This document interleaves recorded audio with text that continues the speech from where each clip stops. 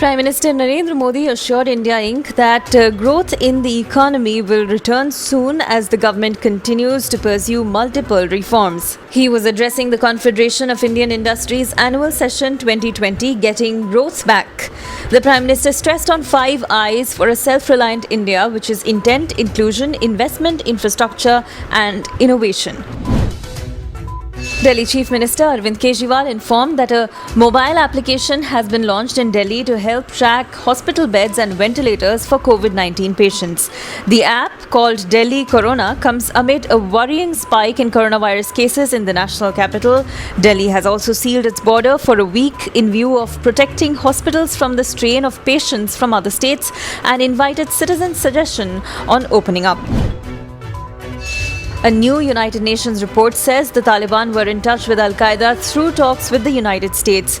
In the peace deal negotiated between the US and Taliban, the US had agreed to gradually withdraw its troops from the war-torn nation, and the Taliban was to break off ties with Al-Qaeda, preventing them from using Afghanistan as a base to launch attacks on US and its allies. This revelation can complicate Delhi's efforts at establishing ties with Taliban upon US persuasion. The India Meteorological Department issued a red alert to coastal Maharashtra and Gujarat for June 4th in view of a cyclonic storm named Nisarga in the Arabian Sea. The system will bring strong winds and heavy to very heavy rainfall to coastal Maharashtra. The impact is likely to be felt strongly in Mumbai, Thane, Palghar and Raigad districts. Gujarat also braces for impact. According to newspaper reports, India's top drug regulatory body has approved the use of the antiviral medication Remdesivir for severe COVID-19 cases. Remdesivir, which is one of the most closely watched drugs in the global race to find a cure for coronavirus, has been approved for the treatment of suspected or laboratory-confirmed cases of COVID-19 in adults and children hospitalized with severe disease.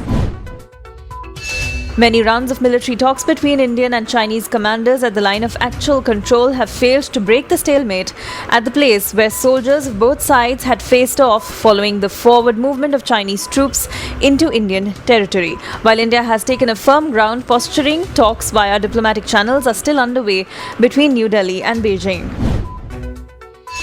Around 20 people have died in a series of landslides that took place in Assam today.